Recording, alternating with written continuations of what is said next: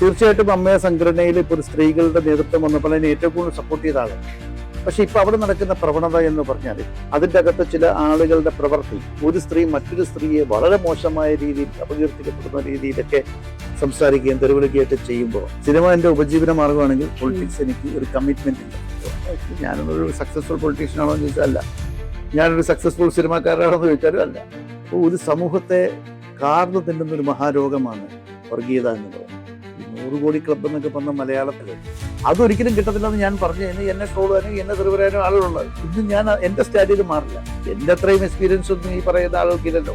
അതിൻ്റെ ആളുകൾ പറയുകയാണ് അത് വിജയമാണെന്ന് പറഞ്ഞാൽ അത് വിജയമല്ലാതെ പറയാനുള്ള കുറിച്ച് എനിക്കുണ്ട്. കാര്യം എൻ്റെ തന്നെ കാശ് പോയത്. എന്നിലെ ആക്ടറെ ഭയപ്പെടുന്നുണ്ടായിരിക്കും. ഇതിറ്റവും പറഞ്ഞ പോലെ ഭയപ്പെടുന്നല്ല കേട്ടോ. ഈ നെഗറ്റീവ് റിവ്യൂസ് ചെയ്യുന്ന റിവ്യൂസ് അല്ലാതെ ഈ കമന്റ് എടുത്ത പലരുടെയും മാനസികാവസ്ഥ നോക്കിയപ്പോൾ ഒന്നുകിൽ എൻ്റെ സിനിമയിൽ അവസരം ചോദിച്ചു വന്നിട്ട് കിട്ടാത്തവരാവാം. ഈ ഫേക്ക് ഐഡീസ് ഒക്കെ ഞാൻ ഐഡന്റിഫൈ ചെയ്തിട്ടുണ്ട്. ഗോകുലിനെ ആണെങ്കിലും മാധവനെ ആണെങ്കിലും ഭാഗ്യ, ഇവരൊക്കെ ഈ കുടുംബമായിട്ടൊക്കെ എനിക്ക് നല്ല ബന്ധമുണ്ട്. പക്ഷെ അദ്ദേഹത്തിന്റെ നിലപാടുകളോടുള്ള എതിർപ്പ് മാത്രമേ എനിക്കുള്ളൂ. അപ്പം അശ്വന്തിന്റെ അഭിപ്രായം പറയാനുള്ള സ്വാതന്ത്ര്യമുണ്ട്. നമുക്ക് ഏത് റിവ്യൂ ആയിക്കോട്ടെ, വ്യക്തിപരമായി ഒരാളെ ആക്ഷേപിക്കുന്നതിനോട് എനിക്ക് യോജിപ്പില്ല. കേരളത്തിലെ ഏറ്റവും കൂടുതൽ യുവജനങ്ങളെ ഏറ്റവും കൂടുതൽ വഴിതെറ്റിക്കുന്ന ഏറ്റവും വലിയൊരു വിപത്താണ് ഈ മയക്കുമരുന്ന്. ഓപ്പറേഷൻ തൂഫാൻ, ശ്രീ രമേശ് ചെന്നിത്തലയ്ക്ക് കേരളത്തിലെ അമ്മമാർ, പൊതുസമൂഹം ആർക്കും അവകാശപ്പെടാത്തൊരു കിരീടം. ഇത്രയും ലൈംഗിക അരാജകത്വം ഉണ്ടായിട്ടുള്ള സമൂഹം ഉണ്ടോ എന്ന് ചോദിച്ചാൽ ഇല്ല. ചില നടന്മാരൊക്കെ ഡിപ്ലോമാറ്റിക് ആവുന്ന ഓവർ വിനയം കാണിക്കുന്നവരും. നമുക്ക് മുല്ലപ്പൂ വിപ്ലവമാണെങ്കിലും കേരളത്തിൽ എല്ലായിടത്തും ഇപ്പോൾ കോക്രോച്ച് പാർട്ടി എന്ന് വരുന്നുണ്ട്. ഈ ലോകത്തുള്ള എല്ലായിടത്തും നേപ്പാളിൽ ജൻസി പിള്ളേര് അവരെ നമ്മൾ അണ്ടർ എസ്റ്റിമേറ്റ് ചെയ്തു. ഈ ബിഗ് ബോസ് എന്ന് പറയുന്നത് മലയാളി സമൂഹത്തിന് ഏറ്റവും കൂടുതൽ കാർന്നു തിന്നുന്ന മഹാവ്യാധികളിൽ ഒന്നാണ് മയക്കുമരുന്ന് പോലെ.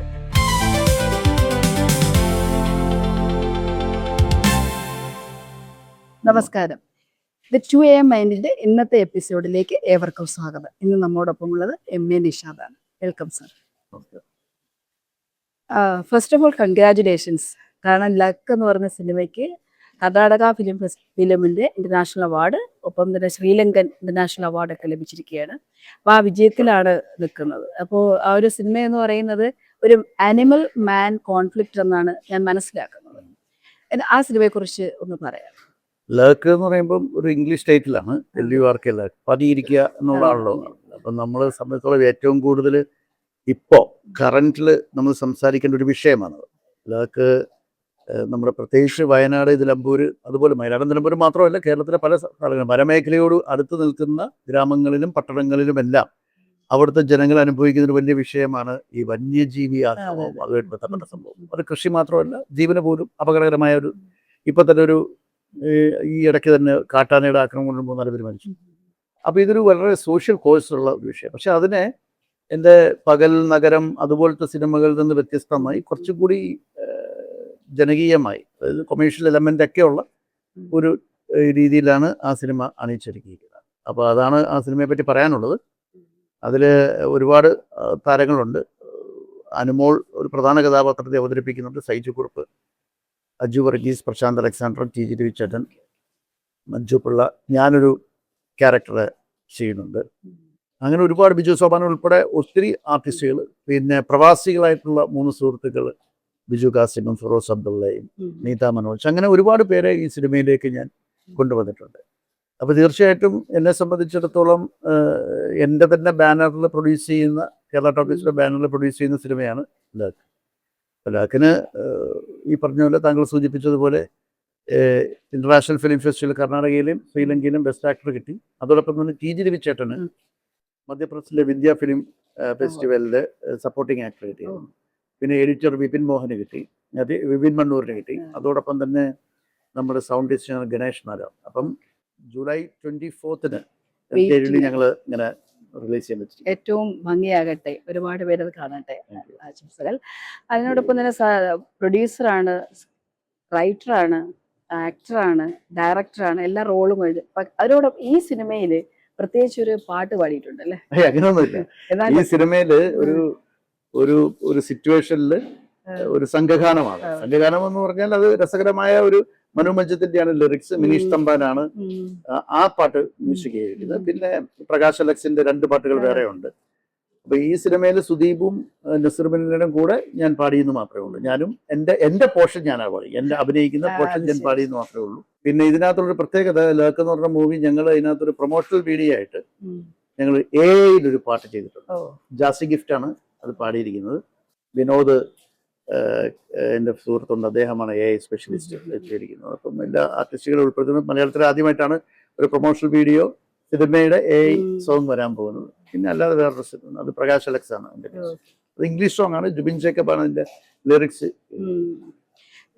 മൈൻഡ് ഡിസ്കസ് ചെയ്യുന്നത് മനുഷ്യബന്ധങ്ങളും സൈക്കോളജിക്കലി നമ്മൾ എങ്ങനെ ഒരു വികാരത്തെ കൺട്രോൾ ചെയ്യുന്നു അല്ലെങ്കിൽ എക്സ്പ്രസ് ചെയ്യുന്നു. ഒരു കലാകാരൻ എപ്പോഴും ഒരു ഫ്രജയിലായിരിക്കും അല്ലെ, ഇമോഷണലി ഫ്രജയിലാണ്. അപ്പൊ ഇമോഷൻസ് ഹാൻഡിൽ ചെയ്യുക എന്ന് പറയുന്നത് മറ്റുള്ളവരെ അപേക്ഷിച്ച് കുറച്ചുകൂടെ എക്സ്പ്രസീവ് ആണ്. അപ്പോൾ ഈ കോൺഫ്ലിക്റ്റ്, ലർക്ക് എന്ന് പറയുന്ന വേർഡ് തന്നെ നമുക്ക് എടുക്കാം, അതൊരു കോൺഫ്ലിക്റ്റ് എന്നുള്ളതാണ്. ഇപ്പം കലാകാരന്മാരുടെ ഇടയിൽ വലിയൊരു കോൺഫ്ലിക്റ്റ് നമ്മൾ സോഷ്യൽ മീഡിയ കണ്ടുകൊണ്ടിരിക്കുകയാണ്.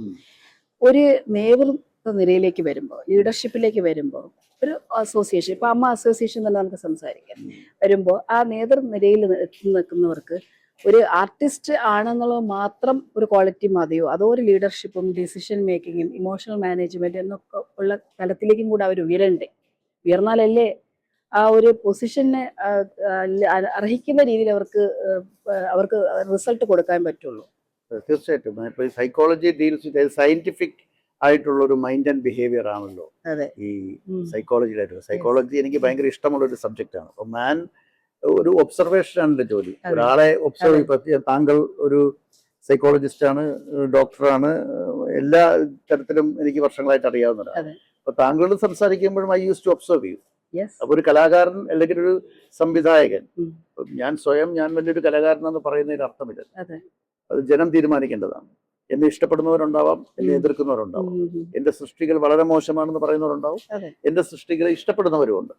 ഈ രണ്ടും നമ്മൾ മനസ്സിലാക്കേണ്ടതായിട്ടുണ്ട്. പിന്നെ ഹ്യൂമൻ സൈക്കോളജി എന്ന് പറയുന്നത് താങ്കളെ പോലുള്ളവരെ പഠിപ്പിക്കാൻ ഞാൻ ആളായിട്ടില്ല. പക്ഷെ എങ്കിലും ഞാൻ മനസ്സിലാക്കിയത് നമുക്ക് കുറച്ചും കൂടിയൊക്കെ സിവിക് സെൻസ് വേണം ഒരാൾക്ക്. പിന്നെ നമ്മുടെ ഇന്റഗ്രിറ്റി എന്താണെന്ന് നമ്മളിലേക്ക് തന്നെ നമ്മൾ നോക്കണം, നമ്മുടെ മനസ്സിലേക്ക് നമ്മൾ നോക്കണം, നമ്മൾ എന്താണെന്ന് നമുക്കൊരു ചിന്ത. ഇടയ്ക്ക് കണ്ണാടിയിൽ പോയി നോക്കിയിട്ട് ഞാൻ എന്താണ് എന്ന് ചിന്തിക്കുന്നത് എന്നല്ലാണ് ഞാൻ അങ്ങനെ ചെയ്യാറുണ്ട്. ഇപ്പോൾ താങ്കൾ സൂചിപ്പിച്ച പോലെ ഒരു നേതൃനിരയിൽ ഒരു സംഘടനയിൽ അമ്മയിൽ ഇപ്പൊ നടക്കുന്ന സംഭവങ്ങൾ, അമ്മ എന്നൊരു ചാരിറ്റബിൾ ഓർഗനൈസേഷനാണ്. ഒരുപാട് മഹാരഥന്മാർ, മുരളിച്ചേട്ടനാണ് ആ പേരിട്ടത്. ഒരുപാട് വലിയ ആളുകൾ അതിന്റെ നേതൃത്വത്തിൽ ഉണ്ടായിരുന്നു. ഇന്നസെന്റ് ഏട്ടനായാലും, മമ്മൂക്കാണെങ്കിലും, ലാലേട്ടനാണെങ്കിലും, ഇടവേള ബാബു ആണെങ്കിലും, നേരത്തെ സോമേട്ടൻ, അങ്ങനെ ഒരുപാട് പേര് അതിന്റെ ഒരു നേതൃത്വത്തിലുണ്ടായിരുന്നു. തീർച്ചയായിട്ടും അമ്മയെ സംഘടനയിൽ ഇപ്പോൾ ഒരു സ്ത്രീകളുടെ നേതൃത്വം വന്നപ്പോൾ അതിനെ ഏറ്റവും കൂടുതൽ സപ്പോർട്ട് ചെയ്ത ആളാണ്. പക്ഷെ ഇപ്പൊ അവിടെ നടക്കുന്ന പ്രവണത എന്ന് പറഞ്ഞാൽ, ഇപ്പൊ ഒരു ഞാനതിനെ മനഃശാസ്ത്രപരമായി കണ്ടു കഴിഞ്ഞാൽ കുറച്ചും കൂടി ഒരു എഡ്യൂക്കേറ്റഡ് ആവേണ്ടതായിട്ടുണ്ട്. പിന്നെ അതിൻ്റെ അകത്ത് ചില ആളുകളുടെ പ്രവൃത്തി തീർച്ചയായിട്ടും അത് മനഃശാസ്ത്രപരമായിട്ട് തന്നെ നമ്മൾ നോക്കണം. ചികിത്സ വേണ്ടവരുണ്ട് എന്നാണ് ഞാൻ മനസ്സിലാക്കുന്നത്.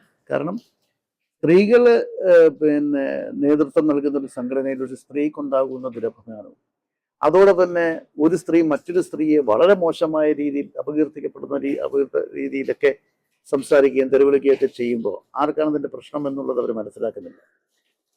അപ്പൊ അതുകൊണ്ട് തീർച്ചയായിട്ടും ഇത് പൊതുസമൂഹം, ഒരു സംഘടനയുടെ അകത്ത കാര്യമാണ്. പക്ഷെ ഈ സോക്കോൾഡ് സെലിബ്രിറ്റീസ് അല്ലെങ്കിൽ കലാകാരന്മാരെപ്പോഴും പൊതുസ്വത്താണ്. അപ്പൊ പൊതുസമൂഹത്തിൽ ഇതൊക്കെ പൊതുസമൂഹം വാച്ച് ചെയ്യുന്നുണ്ട്, അവർക്ക് ഇൻട്രസ്റ്റ് ഉണ്ടാവുന്ന സ്ഥലത്ത് അറിയേണ്ട കാര്യവും ഉണ്ടാവും. അപ്പൊ സ്വാഭാവികമായിട്ടും ഒരു സമൂഹത്തിന്റെ മുന്നിലേക്ക് നമ്മളെ തന്നെ എക്സ്പോസ് ചെയ്യണം. അപ്പൊ സ്വാഭാവികമായിട്ട് സംഭവിക്കുന്ന കാര്യങ്ങൾ ഇവരൊക്കെ ഇത്രയേ ഉള്ളൂ, ഇത്രയും ചെറിയ മനസ്സിന്റെ ഉടമകളാണോ എന്നൊരു തോന്നലാണ് ജനങ്ങളുടെ ഇടയിലേക്ക് വരുന്നത്. ഒരു ആക്ടർ അല്ലെങ്കിൽ ഒരു ഡിറക്ടർ അല്ലെങ്കിൽ ഒരു റൈറ്റർ, ഈവൻ ദ സിനിമാറ്റോഗ്രാഫർ, ഇവർക്കൊക്കെ ഈ ആർട്ടിസ്റ്റ് എന്ന് പറയുമ്പോൾ സിനിമ മാത്രമല്ല, നാടകമാണെങ്കിലും, സിനിമയെ ഞാൻ ആസുര കലയെന്നും നാടകത്തെ ഞാൻ ദൈവിക കലയെന്ന് പറയും. ഇപ്പൊ നാടകമാണെങ്കിലും ചിത്രരചനയൊക്കെ അതൊക്കെ ദൈവിക കലയാണ്. ഏത് കലയാണെങ്കിൽ പോലും കലാകാരൻ ഭയങ്കര സെൻസിറ്റീവ് ആയിരിക്കും, സെൻഷ്വൽ ആയിരിക്കും, സെന്റിമെന്റൽ ആയിരിക്കും. ഇതൊക്കെ മനസ്സുമായി ചേർന്നിട്ടുള്ളൊരു കാര്യമാണ്. ചെറിയ നിസ്സാര കാര്യങ്ങൾക്കൊക്കെ പെട്ടെന്ന് ദേഷ്യപ്പെടുകയും ചെറിയ കാര്യങ്ങൾക്ക് സങ്കടപ്പെടുകയും ഒക്കെ ചെയ്യും. ഇത് ഞാൻ പറയുമ്പോൾ തന്നെ ഇത് കാണുന്ന പ്രേക്ഷകരിൽ എൻ്റെ സൗഹൃദത്തിലുള്ളവർ ഒരു എന്നെയും ക്രിട്ടിസൈസ് ചെയ്യാറുണ്ട്. ഞാനും ചെറിയ കാര്യങ്ങൾക്കൊക്കെ ചിലപ്പം പെട്ടെന്ന് എനിക്ക് ദേഷ്യം വരാറുണ്ട്. എനിക്ക് വിഷമം വരാറുണ്ട്. മനുഷ്യനാണ്, അതൊക്കെ വരും. അതെ അതിനെ കൺട്രോൾ ചെയ്യുന്നതിലാണ് കാര്യം. അതെ നമ്മൾ ഒരു ബീയിങ് എ സൈക്കോളജിസ്റ്റ്, താങ്കൾക്ക് കുറച്ചും കൂടി അത് മനസ്സിലാവും. ഒരു വിഷയത്തെ നമ്മൾ എങ്ങനെ കാണുന്നു എന്നുള്ളതാണ്. അതെ. പ്രകോപനപരമായ പല പ്രശ്നങ്ങളും ഉണ്ടാവും. പ്രകോപിച്ചാൽ അതിനടിമയാവാതിരിക്കാൻ മാക്സിമം ശ്രദ്ധിക്കാമെന്ന് ഞാൻ ഉൾപ്പെടെയുള്ളവർ ചെയ്യേണ്ട കാര്യങ്ങൾ. അതെ ഞാൻ അതിൽ പൂർണ്ണമായി വിജയിച്ചിട്ടില്ല. ഉം. ചില പ്രകോപനം കാണുമ്പോൾ ഞാൻ ശക്തമായ രീതിയിൽ അതിനെ പ്രതികരിക്കാറുണ്ട്. എൻ്റെ ഒരു ശരികളിലൂടെ മാത്രം ഞാൻ സഞ്ചരിക്കുന്നതുകൊണ്ടായിരിക്കാം അത്. പക്ഷെ എൻ്റെ ശരികൾ മാത്രമല്ല, പൊതുസമൂഹത്തിന്റെ, പൊതുജനങ്ങളുടെ ശരികളിലൂടെ നമ്മൾ സഞ്ചരിക്കും. ഇപ്പൊ ഞാനൊരു വിഷയം കണ്ടു കഴിഞ്ഞാൽ ഞാൻ സാധാരണ ഒരു ട്രോൾ ചെയ്യാറുണ്ട് ആളുകളൊക്കെ.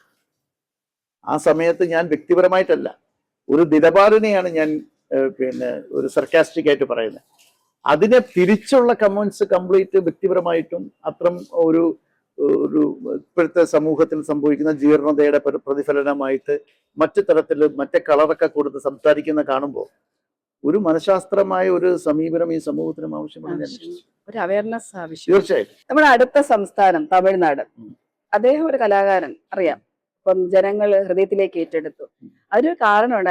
അദ്ദേഹത്തിന്റെ ലീഡർഷിപ്പ്, ഒരു മാസ് ഒരു എൻട്രി, സിനിമയിലെ പോലെ തന്നെ രാഷ്ട്രീയത്തിലേക്ക് വരിക. അത് ഒരു സ്ട്രാറ്റജി ഉണ്ട്, ഒരു പ്ലാൻ ഉണ്ട്, ഫോക്കസ് ഉണ്ട്. ഇതിനൊക്കെ പുറത്തേക്ക് ആളുകളുടെ ഹൃദയം കീഴടക്കാനുള്ള ഒരു എബിലിറ്റി അദ്ദേഹം കാണിച്ചിട്ടുണ്ട്. അതൊരു സത്യസന്ധമാണെന്ന് മനസ്സിലാക്കിയതുകൊണ്ടാണല്ലോ ഇത്രയും ആൾക്കാര് വിജയ്ക്ക് സപ്പോർട്ട് ചെയ്തത്. അതിനുള്ളൊരു സാധ്യത എന്തായാലും കേരളത്തില് ഇല്ല. അത്രയും ഒരു കയ്യിലേക്ക് എടുത്തു വെക്കുന്ന ഒരു സാഹചര്യം കേരളത്തിൽ ഉണ്ടെന്ന് വിശ്വസിക്കുന്നുണ്ട്. കാരണം കേരളത്തില് കലാകാരന്മാർ രാഷ്ട്രീയത്തിലേക്ക് വരുന്നുണ്ടല്ലോ. അതുകൊണ്ടാണ് ഞാൻ ഈ ചോദ്യം ചോദിച്ചത്. അങ്ങനെയില്ല. അത് നമ്മളിപ്പോ എന്നെ സംബന്ധിച്ചിടത്തോളം ഞാനൊരു പൊളിറ്റീഷ്യനും കൂടിയാണ്. അതെ. എന്നെ സംബന്ധിച്ചൊരു നാണയത്തിന്റെ രണ്ട് വശമാണ് സിനിമയും പൊളിറ്റിക്സ്. സിനിമ എൻ്റെ ഉപജീവന മാർഗമാണെങ്കിൽ പൊളിറ്റിക്സ് എനിക്ക് ഒരു കമ്മിറ്റ്മെന്റിന്റെ സംഭവമാണ്. ഞാനൊരു സക്സസ്ഫുൾ പൊളിറ്റീഷ്യൻ ആണോ എന്ന് ചോദിച്ചാൽ അല്ല. ഞാനൊരു സക്സസ്ഫുൾ സിനിമാക്കാരനാണോ എന്ന് ചോദിച്ചാലും അല്ല. സിനിമ എപ്പോഴും എനിക്കൊരു പാഷനാണ്. ഇപ്പൊ ഞാനത് പറയുമെങ്കിൽ പോലും. അപ്പൊ തീർച്ചയായിട്ടും കലാകാരൻ സമൂഹത്തിന്റെ ഭാഗമാണ്. താങ്കൾ മനസ്സിലാക്കേണ്ട ഒരു കാര്യം, ഇവിടെ നവോത്ഥാനത്തിന്റെ ആദ്യ മുത്തുകൾ വിരിഞ്ഞത്, അല്ലെങ്കിൽ അതിന്റെ ബീജം തന്നെ കലാകാരന്മാരിലൂടെയാണ്. KPSC നാടകവേദികളിലൂടെ പലതരം നാടകങ്ങൾ, നിങ്ങൾ എന്നെ കമ്മ്യൂണിസ്റ്റാക്കിയ തുലാഭാരം ഉൾപ്പെടെ ഒരുപാട് നാടകങ്ങളിലൂടെ ജനങ്ങളിലേക്ക് സംവേദനം ചെയ്തു. കലാകാരനും, അത് ഞാൻ നാടകം ദൈവിക കലയാണ്, കലാകാരനും പ്രേക്ഷകനും തമ്മിലുള്ള അകലം ഒരു മുഴുനാരിയുടെ വ്യത്യാസം മാത്രമായി.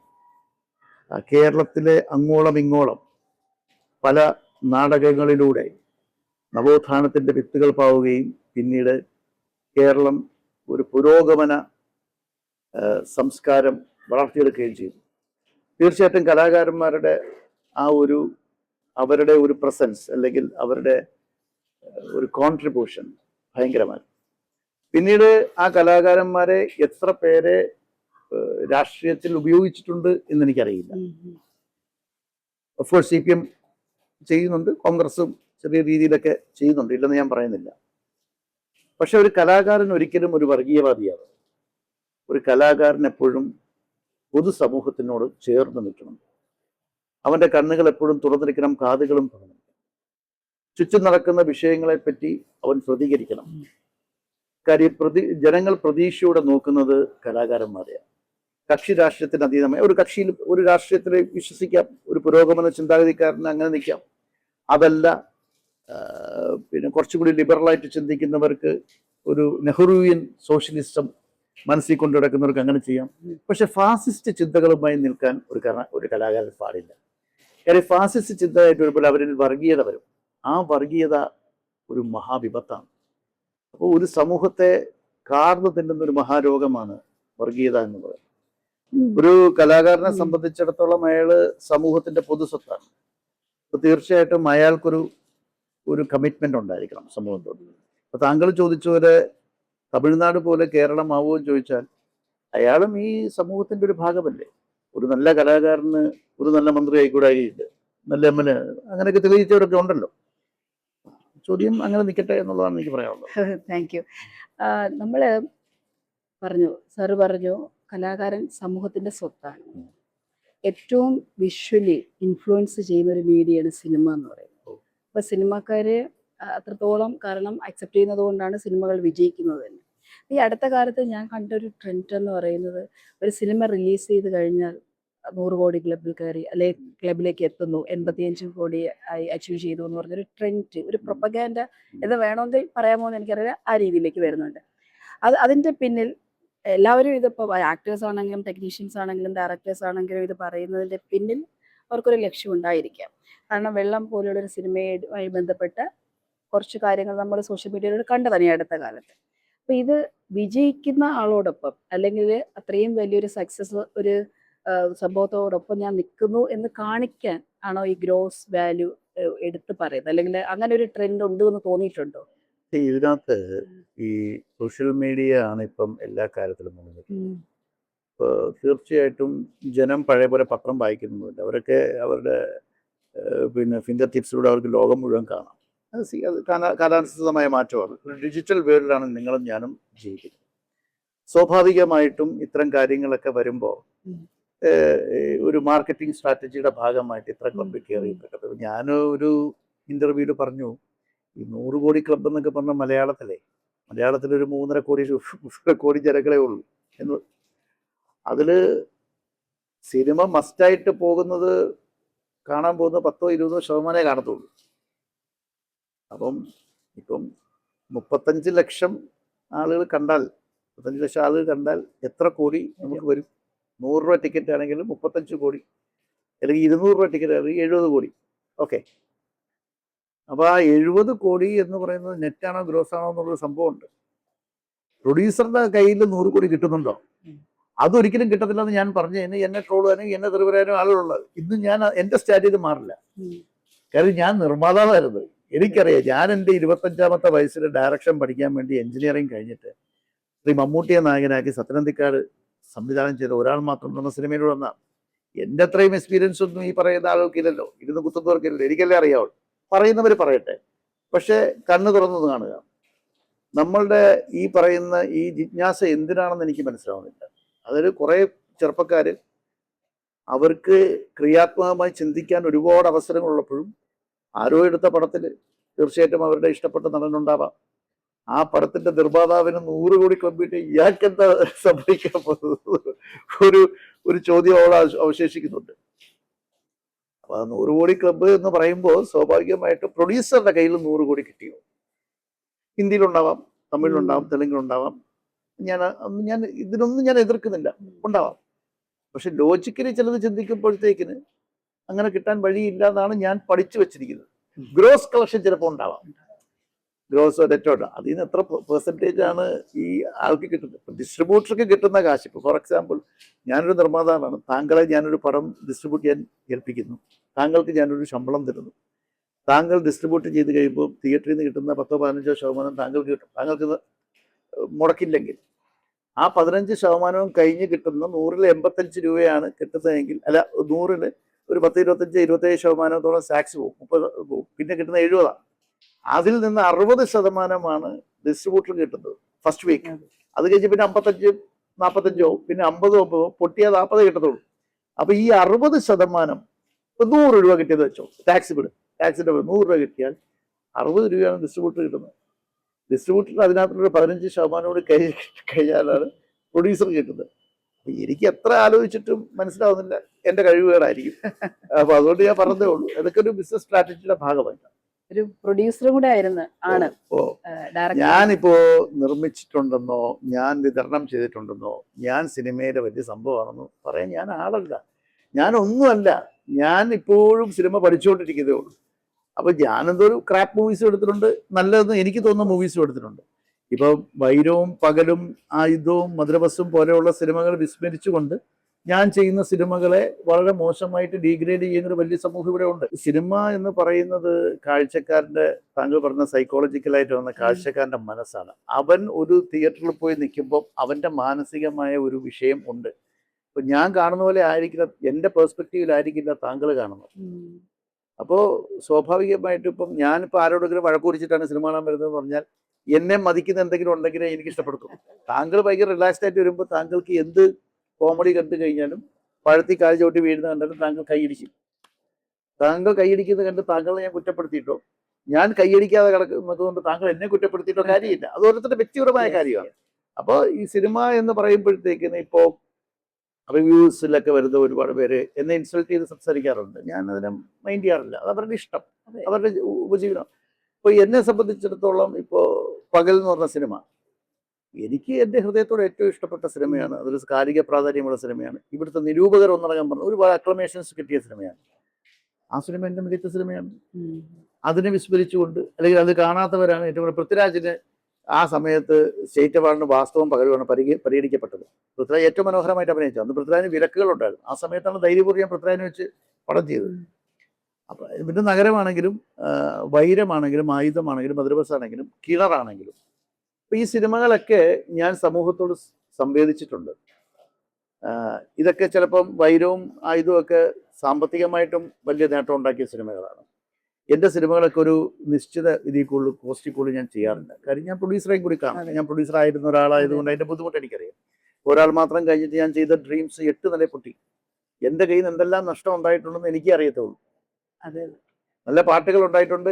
അപ്പം അതിൻ്റെ ആളുകൾ പറയുകയാണ് അത് വിജയമാണെന്ന് പറഞ്ഞാൽ അത് വിജയമല്ലാതെ പറയാനുള്ള ചങ്കൂറ്റം എനിക്കുണ്ട്. കാര്യം എൻ്റെ തന്നെ കാശ് പോയത്. അപ്പോൾ സ്വാഭാവികമായിട്ടും അത്തരം കാര്യങ്ങൾ പറയുമ്പോൾ അതിലൊരു സത്യസന്ധത ഉണ്ടാവണമെന്നാണ് എൻ്റെ വിശ്വാസം. വളരെ മോശം സിനിമകൾ ഞാൻ ചെയ്തിട്ടുണ്ട്, ഇല്ലെന്ന് ഞാൻ പറയുന്നത്. എൻ്റെ സിനിമകൾ മഹത്തരമാണെന്ന് ഞാൻ പറയുന്നുമില്ല. പക്ഷെ എൻ്റെ ഏറ്റവും ഇതായിട്ടുള്ള കാര്യം ഒരു അന്വേഷണത്തിൻ്റെ തുടക്കം എന്ന് പറഞ്ഞ സിനിമ, ആ സിനിമയിൽ ഇറങ്ങുന്നതിന് മുമ്പ് ഡീഗ്രേഡിങ് തുടങ്ങി. അതെന്താന്ന് പറഞ്ഞാൽ എന്നിലെ ആക്ടറെ ആരോ ഭയപ്പെടുന്നുണ്ടായിരിക്കും. ചിരിറ്റോ പറഞ്ഞ പോലെ ഭയപ്പെടുന്നതല്ല കേട്ടോ.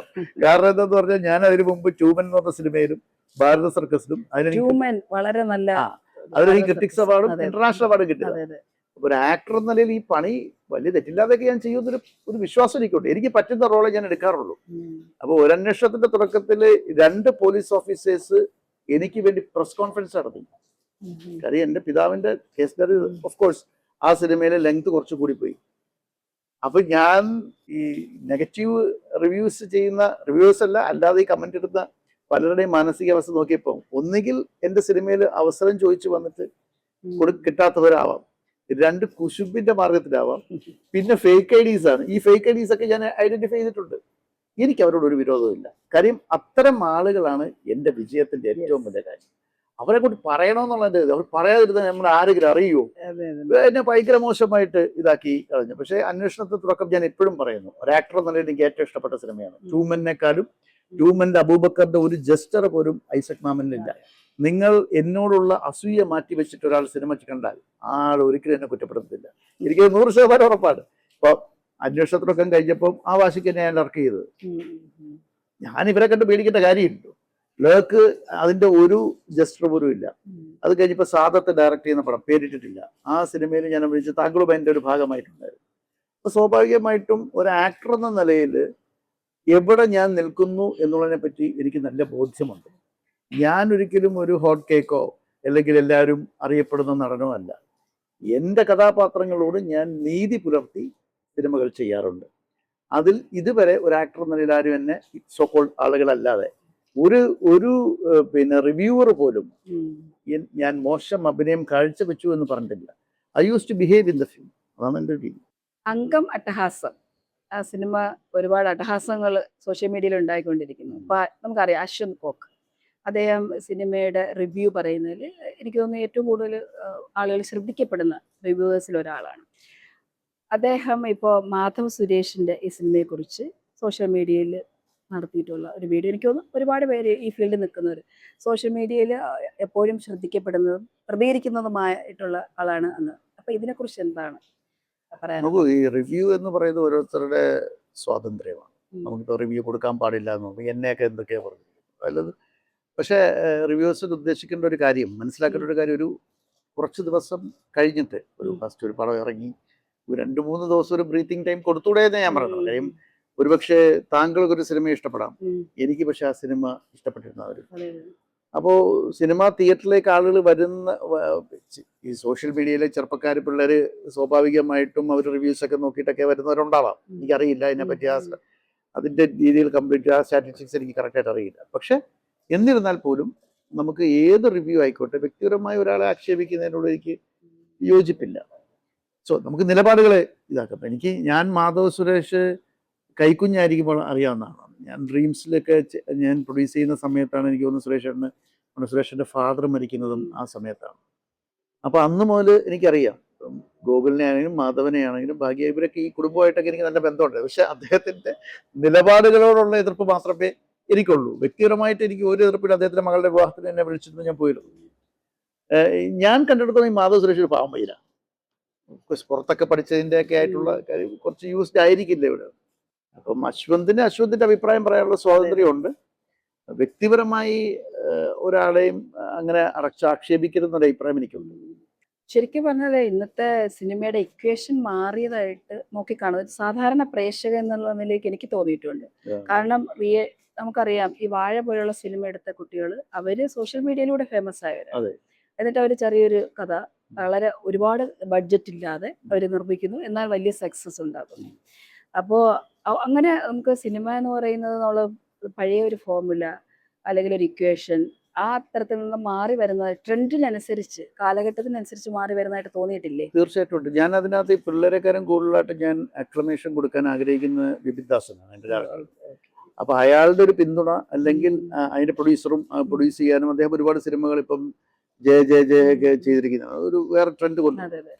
അപ്പൊ ഇത്തരം കുട്ടികളെ വെച്ചിട്ട് അവരുടെ മനഃശാസ്ത്രം മനസ്സിലാക്കി, സൈക്കോളജിസ്റ്റ് വീണ്ടും പറയാം, അവരുടെ മനഃശാസ്ത്രം മനസ്സിലാക്കി ഒരു ക്രൗഡിനെ എങ്ങനെ ഹാൻഡിൽ ചെയ്യണമെന്നാണ് നിർമ്മാതാവിനൊരു തോന്നുന്നത്. നമ്മൾ സിനിമയെ സംബന്ധിച്ചോളം എപ്പോഴും നമ്മൾ മനസ്സിലാക്കേണ്ടത് എപ്പോഴും സംവിധായകന്റെ പേരില് അല്ലെങ്കിൽ നടന്റെ പേരിൽ, സംവിധായകൻ ഞങ്ങളുടെ പേരിലൊന്നും അറിയാറില്ല.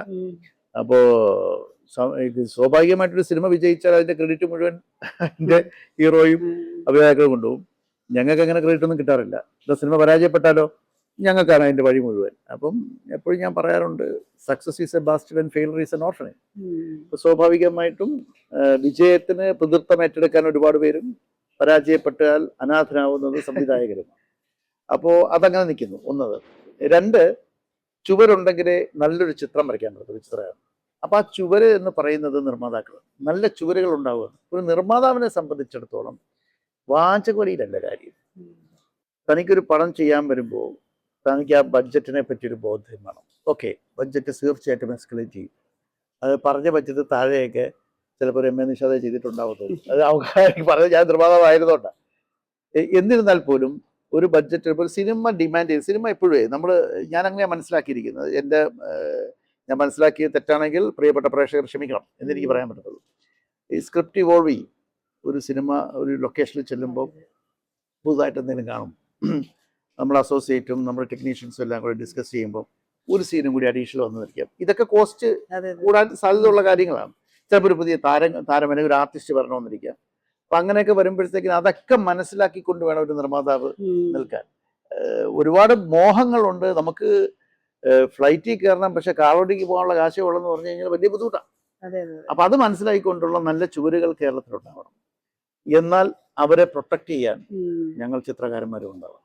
തീർച്ചയായിട്ടും വേണം. കാരണം ഒരു സമൂഹമാണ് സപ്പോർട്ട് ചെയ്യുന്നത്. അപ്പൊ എനിക്ക് ഈ മാധവ് സുരേഷിന്റെ കാര്യത്തിൽ വന്ന ചില കമന്റ് എനിക്കത് കുറച്ച് പെയിൻഫുൾ ആയിട്ട് തോന്നി. കാരണം അവന് സിനിമ അഭിനയിക്കാൻ അറിയില്ല, അവൻ ഈ പണി നിർത്തിയിട്ട് പോകണം, അങ്ങനെ നമുക്ക് പറയാൻ പറ്റുമോ? കാരണം ഒരു പാഷനേറ്റ് ആയിട്ടുള്ള ഒരാൾ വരുമ്പോൾ, ഇന്ന് വലിയ നടന്മാരായിരിക്കുന്നവരെല്ലാം ഒരു കാലത്ത് ഇങ്ങനെ ആയിരുന്നില്ലേ?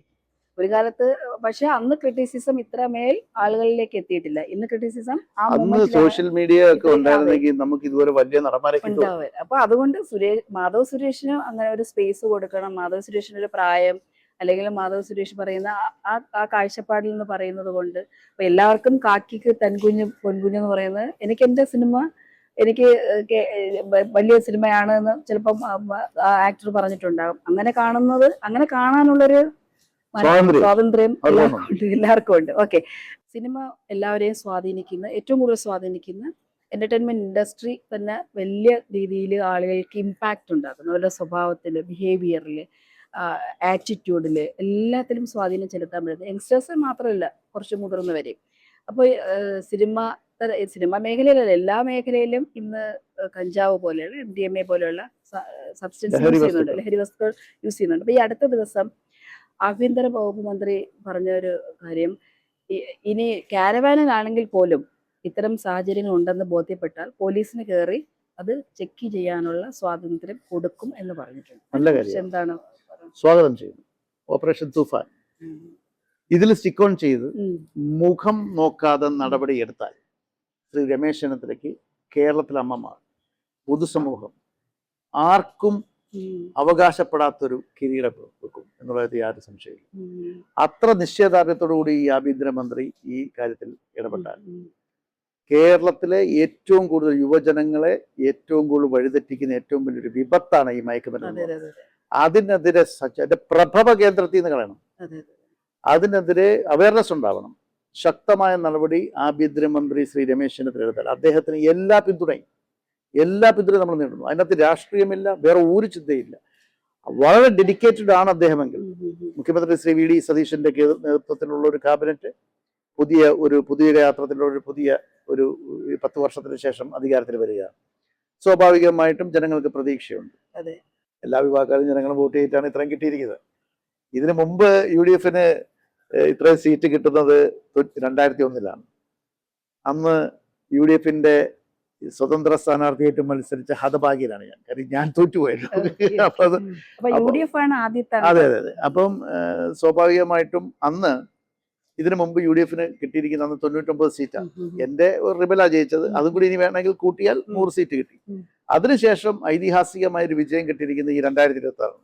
അപ്പൊ സ്വാഭാവികമായിട്ടും ആളുകൾക്ക് വലിയ പ്രതീക്ഷയുണ്ട്. ആ പ്രതീക്ഷ അസ്ഥാനത്താക്കരുത്. ഈ ഓപ്പറേഷൻ തൂഫാന് എല്ലാവിധ പിന്തുണയും വ്യക്തിപരമായും അല്ലെങ്കിൽ നമ്മുടെ കൂടെ ഉള്ളവരും കൊടുക്കും, യാതൊരു സംശയമാണ്. അതുപോലെ തന്നെ ഫാന്റസിയാണ് സിനിമ എന്ന് പറയുന്നത്. ഒരുപാട് പെൺകുട്ടികൾ സിനിമയിൽ അഭിനയിക്കണം ആഗ്രഹിച്ചുകൊണ്ട് വരാറുണ്ട്. ചിലരൊക്കെ മെയിൻ സ്ട്രീമിൽ എത്തുന്നു, ചിലരൊക്കെ പാതി വഴിക്ക് വേറെ ദിശ മാറി പോകുന്നു എന്ന് പറയാം. ചില ആൾക്കാർ വിക്ടിമൈസ് ചെയ്യപ്പെടുന്നുണ്ട്. അത് എല്ലാവർക്കും അറിയുന്ന കാര്യമാണ്. ഈ ഇടയ്ക്ക് ഞാൻ കണ്ടൊരു ട്രെൻഡ് എന്ന് പറഞ്ഞാൽ സാധാരണക്കാരുണ്ട്, സിനിമക്കാരുണ്ട്, സെലിബ്രിറ്റി സ്റ്റാൻഡേർഡിലുള്ളവരുണ്ട്, സെലിബ്രിറ്റി ആയാൽ ശ്രമിക്കുന്നവരുണ്ട്. ഈ സബ്സ്ക്രിപ്ഷൻ മോഡൽ എന്ന് പറഞ്ഞൊരു കാര്യം, അതിൻ്റെ അകത്ത് ഒരു സൈക്കോളജി എനിക്ക് തോന്നിയിരിക്കുന്നത് ഒരു വെർച്വൽ എക്സിബിഷനിസം എന്നാണ് എനിക്ക് തോന്നിയിട്ടുള്ളത്. കാരണം ഒരു സെമി ന്യൂഡഡ് ആയിട്ട് അവരെ പ്രദർശിപ്പിച്ചുകൊണ്ട് ഒരു 500 രൂപ അല്ലെങ്കിൽ 200 രൂപ 300 രൂപ ചാർജ് ചെയ്തുകൊണ്ട് ഒരു സമൂഹത്തെ തന്നെ വഴിതെറ്റിക്കുന്ന, ഇമോഷണലി അവരെ ടാർഗറ്റ് ചെയ്തുകൊണ്ട് അവരുടെ വൈകാരിക ദൗർബല്യത്തെ ചൂഷണം ചെയ്യുന്നതല്ലേ ആ ഒരു കാര്യം. ഇതിനകത്തൊരു വലിയ വിഷയം എന്ന് പറഞ്ഞാല് സോഷ്യൽ മീഡിയയുടെ നല്ല ഗുണങ്ങളും മോശം വശങ്ങളും ഉണ്ട്. ഓൺ വീഡിയോസ് കാണാത്തവരാണ് 90% ആളുകളൊക്കെ കാണുന്നുണ്ട്. പിന്നെ ഹിപ്പോക്രറ്റാണ് മലയാളികൾ. അത് നമ്മൾ മനസ്സിലാക്കുക. അതായത് ഒരു സെക്ഷൽ അനാർക്കി ഉണ്ട്, ഉറപ്പായിട്ടുണ്ട്. ഇത്രയും ലൈംഗിക അരാജകത്വം ഉണ്ടായിട്ടുള്ള സമൂഹം ഉണ്ടോ എന്ന് ചോദിച്ചാൽ ഇല്ല. അപ്പൊ അവരെന്ത് ചെയ്യും? അവരിത്തരം കാര്യങ്ങളിലേക്ക് ആകർഷപ്പെടും. ഇത് കാണുന്ന വിപണനമാണിത്. ഇത് മനസ്സിലാക്കുന്ന ആളുകൾ ആ രീതിയിൽ ചെയ്യും. പക്ഷെ ഈ കാര്യങ്ങളൊക്കെ നമ്മൾ കുറച്ചും കൂടി ഒരു അവയർനെസ് സമൂഹത്തിന് കൊടുക്കണമെന്നുള്ളതാണ് എൻ്റെ അഭിപ്രായം. നമ്മൾ ഓരോരുത്തരുടെ ചോദനകളെ നമുക്ക് ഒരിക്കലും തടയിടാൻ പറ്റത്തില്ല. അത് മനുഷ്യ സഹജമാണ്. അതിനെ ഒരു വ്യക്തി എങ്ങനെ കാണുന്നു, വ്യക്തി കൺട്രോൾ ചെയ്യുന്ന എങ്ങനെ, അല്ലെങ്കിൽ വ്യക്തിക്ക് സമൂഹത്തിനോടുള്ള കമ്മിറ്റ്മെന്റ് എന്തുദ്ദേശിച്ചായിരിക്കും കാര്യങ്ങളുണ്ട്. നേരത്തെ പറഞ്ഞല്ലോ സിവിക് ആയിരിക്കും, സിവിക് സെൻസ് വേണം, ഒരു ധാർമ്മിക ബോധം വേണം. അപ്പോൾ ഒരു കുടുംബനാഥൻ അല്ലെങ്കിൽ ഒരു നല്ല മിടുക്കനായ ഒരു കുട്ടി അല്ലെങ്കിൽ ഒരു യുവാവ്, ജോലി ചെയ്യുന്ന ഒരു യുവാവ് അല്ലെങ്കിൽ ബിസിനസ് ചെയ്യുന്ന ഒരു വ്യക്തി അല്ലെങ്കിൽ ഒരു വീട്ടമ്മ ആരും ആയിക്കൊള്ളട്ടെ, ഇങ്ങനെ ഒരു സബ്സ്ക്രിപ്ഷൻ കണ്ടാൽ അത് നിരന്തരം ഇതിലേക്കൊരു അഡിക്ഷൻ ആയി പോകുന്നൊരവസ്ഥയുണ്ട്. ഒരു അഡിക്ഷൻ ഏത് തന്നെ അഡിക്ഷൻ ആണെങ്കിലും അത് ആരോഗ്യകരമല്ല എന്നുള്ളതാണ്. അപ്പൊ ഇത്തരം കാര്യങ്ങളെ എങ്ങനെയാണ് നമുക്ക് അവബോധം കൊടുക്കാൻ പറ്റുക? കാരണം ഇതിലേക്ക് അഡിക്റ്റഡ് ആകുന്ന ഒരു ജനസമൂഹം തന്നെ ക്രിയേറ്റ് ചെയ്യപ്പെട്ടുകൊണ്ടിരിക്കുകയാണ്. ഇവര് നെഗറ്റീവിലേക്ക് പൊയ്ക്കൊണ്ടിരിക്കുകയാണ്. അതെങ്ങനെ നമുക്ക് ഏത് തരത്തിലുള്ള അവയർനെസ് ആണ് ഒരു സിനിമ കലാകാരൻ എന്ന നിലയിൽ, ഒരു സ്ക്രിപ്റ്റ് റൈറ്റർ എന്ന നിലയിൽ, ഒരു രാഷ്ട്രീയ ബോധമുള്ള ഒരു വ്യക്തി എന്നുള്ള നിലയിൽ ഏത് രീതിയിൽ നമുക്ക് അവരെ അവെയർ ആക്കാൻ പറ്റും? ഇതിനകത്തുള്ളൊരു വിഷയം എന്താന്ന് പറഞ്ഞാൽ നമ്മുടെ ഫിംഗർ ടിപ്സിലെല്ലാം ഉണ്ട്. അതെ, അവർക്ക് എന്താ കണ്ടുകൂടായിക്കോളും. അപ്പം നമുക്ക് റെസ്ട്രിക്ഷൻ കൊണ്ടുവന്നിട്ട് പ്രത്യേകിച്ച് കാര്യമൊന്നുമില്ല. അതിന് വേറെ നോക്കൂ, ഒരു സിനിമ ഇറങ്ങിക്കഴിഞ്ഞാൽ ടെലിഗ്രാമിലൊക്കെ ഇതിന്റെ വ്യാജ പതിപ്പ് വരുന്നുണ്ട്. അത് മാത്രം കാണാൻ ആഗ്രഹിക്കുന്ന ചില ആളുകളുണ്ട്. ഫ്രസ്ട്രേറ്റഡ് മൈൻഡിന്റെ ഉദ്ദേശം നിങ്ങളത് മനസ്സിലാക്കണം. അതെന്ന് പറഞ്ഞാൽ അങ്ങനെ എൻ്റെ പൈസ കൊണ്ട് ആളാവേണ്ടതാ എന്ന് ഫീലുള്ള എത്രയോ ആളുകളുണ്ട്. അങ്ങനെ ചിന്താഗതിയുള്ള എത്രയോ പേരുണ്ട്. ഞാനിത് വളരെ വളരെ എന്താ പറയുക, ഓപ്പണായിട്ട് വളരെ വിശാലമായ ഒരു ഡിസ്കഷനിൽ ഞാൻ സംസാരിക്കുന്ന കാര്യമാണ്. എനിക്ക് ഇതിനെ കള്ളത്തരം കാണിക്കേണ്ട കാര്യമില്ല, സത്യാവസ്ഥയാണ്. കാര്യം ഞാൻ ഇതിൻ്റെ അകത്ത് പൊതിഞ്ഞ് സംസാരിച്ചാൽ ചില നടന്മാരൊക്കെ ഡിപ്ലോമാറ്റിക് ആവുന്ന ഓവർ വിനയം കാണിക്കുന്നവരെ പറഞ്ഞ് മറന്നിട്ട് പുതിയത് പറയുകയും എന്നിട്ട് സോഷ്യൽ മീഡിയ അത് ട്രോൾ എടുത്ത് കൊടുക്കുകയും ഞാൻ ഉൾപ്പെടെ ഉള്ളവർ പറയുകയും ചെയ്തു. അങ്ങനെ പറയാൻ ഞാൻ ആളല്ല. അതുകൊണ്ട് കള്ളത്തരം കാണിച്ചാൽ എന്തായാലും പിടിക്കപ്പെടും. അപ്പൊ സത്യസന്ധമായിട്ട് സംസാരിച്ചില്ലെങ്കിലുള്ള പ്രശ്നം എന്നെ അറിയുന്നവരുടെ മുമ്പിലെങ്കിലും ഞാൻ ആരാകും. അതെ. അതുകൊണ്ട് ഞാൻ തുറന്നു പറയാ, ഇത് റെസ്ട്രിക്റ്റ് ചെയ്യാൻ വലിയ പാടാണ്. ഇത് മനുഷ്യന്റെ ബേസിക് നീഡാണ്. ഈ ബേസിക് നീഡിനെ അവൻ എങ്ങനെ കാണുന്നു നമുക്ക് പറയാൻ പറ്റത്തുള്ളൂ. അപ്പോൾ നമ്മൾ പറയും ഈ ചെറിയ ക്ലാസ്സിൽ പോലും ഡിസ്കഷൻസ് വേണം, മറ്റേത് വേണമെന്നത്. തീർച്ചയായിട്ടും വേണം. മോറൽ വാല്യൂസിനെ പറ്റി പഠിപ്പിക്കണം, ഫാമിലിയെ പറ്റി സംസാരിക്കണം. അണുകുടുംബങ്ങൾ വന്ന ശേഷമാണ് ഇത്തരം പ്രശ്നങ്ങൾ കൂടുതലുണ്ടായത്. അതിനേക്കാളും ഉപരിയായിട്ട് ഏറ്റവും കൂടുതൽ വിഷയം ഈ മയക്കുമരുന്നിൻ്റെ ഉപയോഗമാണ്. മദ്യം പോലെയല്ല മയക്കുമരുന്ന്. മയക്കുമരുന്നിൻ്റെ ഉപയോഗം ഭയങ്കരമായിട്ട് യുവതലമുറയെ സ്വാധീനിച്ചിട്ടുണ്ട്. അതൊരു വസ്തുതയാണ്. അതിനെ ഇല്ലാതാക്കണം. അതില്ലാതാക്കിയാൽ ഇതെല്ലാം ഓട്ടോമാറ്റിക്കായിട്ട് സബ്സിഡിയറി ആയിട്ട് വരുന്ന കാര്യങ്ങളാണ്. സ്വതന്ത്രമായി ചിന്തിക്കാനുള്ള ഒരു സ്വാതന്ത്ര്യം ഇല്ലാതെ പോകുന്നു. കാരണം മയക്കുമരുന്നിന്റെ ഇൻഫ്ലുവൻസ് കൊണ്ട് ആളുകളെ ചിന്തിക്കാൻ. നമുക്ക് മുല്ലപ്പൂ വിപ്ലവമാണെങ്കിലും കേരളത്തിൽ എല്ലായിടത്തും ഇപ്പോൾ കോക്രോച്ച് പാർട്ടി എന്ന് വരുന്നുണ്ട്. ഈ ലോകത്തുള്ള എല്ലായിടത്തും നേപ്പാളിൽ ജൻസി പിള്ളേര് അവരെ നമ്മൾ അണ്ടർ എസ്റ്റിമേറ്റ് ചെയ്യും. സ്വാഭാവികമായിട്ടും സമൂഹത്തിന്റെ ചാലക ശക്തികൾ യുവാക്കളാണെന്ന് ഞാൻ പറയാറ്. പക്ഷെ ഇപ്പൊ ഞാനത് തിരിച്ച് സമൂഹത്തിന്റെ ചാലക ശക്തികൾ സ്ത്രീകളാണ്. അപ്പോൾ നമുക്ക് ഇപ്പോ നമ്മുടെ ജീവിത നിലവാരം കൂടി, പിന്നെ സാക്ഷരതയിൽ നമ്മൾ ഒന്നാമതാണ്, വിദ്യാഭ്യാസം ആയി. വിദ്യാഭ്യാസം കൂടിയപ്പോഴാണ് ഏറ്റവും കൂടുതൽ ക്രൈം ഇപ്പൊ നടക്കുന്നതാണ് ഏറ്റവും വലിയ വിരോധാഭാസം. എൻ്റെ അയർണി അതാണ്. അപ്പോ ഞാൻ വളർന്നു വന്ന സാഹചര്യം, ഞാനൊരു ഉയർന്ന ഒരു പോലീസ് ഓഫീസറുടെ മകനെ, പക്ഷേ ഞാൻ വളർന്നു വന്ന സാഹചര്യത്തിലല്ല എൻ്റെ മകൻ വളർന്നത്. അവൻ ജനിക്കുന്നതേ ഡിജിറ്റൽ വേൾഡിലേക്കാണ്, അല്ലേ? അപ്പൊ സ്വാഭാവികമായിട്ടും അവനെല്ലാം അറിയാം, എല്ലാം അറിയാനുള്ള ആകാംക്ഷയുണ്ട്. അതിനുള്ള വാതായനങ്ങൾ നമ്മൾ തുറന്നു കൊടുത്തിട്ടുണ്ട്. അവർ പോകുന്നു അതിലൂടെ. അപ്പൊ ഒരു സുപ്രഭാതത്തിൽ അതൊന്നും ശരിയല്ല എന്ന് നമുക്ക് പറയാൻ പറ്റത്തില്ല. പക്ഷേ നമുക്കൊരു അവയർനെസ് കൊടുക്കുന്നത് കുടുംബത്തിൽ നിന്ന്, സമൂഹത്തിൽ നിന്ന് തുടങ്ങണം. അതൊരു വസ്തു തന്നെ. തീർച്ചയായിട്ടും. ഈ ബിഗ് ബോസ് പോലെയുള്ള പ്രോഗ്രാം സെലിബ്രിറ്റികളെ ക്രിയേറ്റ് ചെയ്യുന്നുണ്ട്, അല്ലെങ്കിൽ സെലിബ്രിറ്റി ആകാൻ ആഗ്രഹിക്കുന്നവർക്ക് വേണ്ടി ഒരു വേദി ഒരുക്കി കൊടുക്കുകയാണ്. അതിന്റെ പിന്നിൽ ഒരു സൈക്കോളജി എന്ന് വെച്ചാൽ ഒരാളുടെ ജീവിതത്തെ മാറിയെന്ന് കാണുക എന്നുള്ള ഒരു സംഭവം തന്നെയുണ്ട്. അത്തരം പ്രോഗ്രാമുകളോട് എങ്ങനെയാണ് ഉള്ള കാഴ്ചപ്പാട്? എന്താണ് ബിഗ് ബോസിൽ എത്തിനോട്ടം എന്നാണ് ആ പ്രോഗ്രാമിന്റെ പേരുണ്ടത്. കാര്യം ഈ വളരെ എനിക്ക് പേഴ്സണലി ഒരു ഇഷ്ടമല്ല. ആർക്കും ഇഷ്ടപ്പെട്ടാലും ഇഷ്ടപ്പെട്ടില്ല, ഞാൻ ഈ സാധനം കാണത്തില്ല. ഇത് സത്യം പറഞ്ഞു കഴിഞ്ഞാലുണ്ടല്ലോ, ഇതൊക്കെയാണ് പ്രശ്നങ്ങൾ. നോക്കൂ, ഞാൻ സീരിയലുകൾക്കെതിരായിട്ട് പറഞ്ഞ സീരിയലിലെ ഒരു ആ കലാരൂപത്തെ തന്നെ എതിർക്കുകയല്ല. അതിലെ കലാകാരികളും കലാകാരന്മാരും ബുദ്ധികൾക്ക് വേണ്ടി കഷ്ടപ്പെടുന്നുണ്ട്, അവരെ ഞാൻ മാനിക്കുന്നു.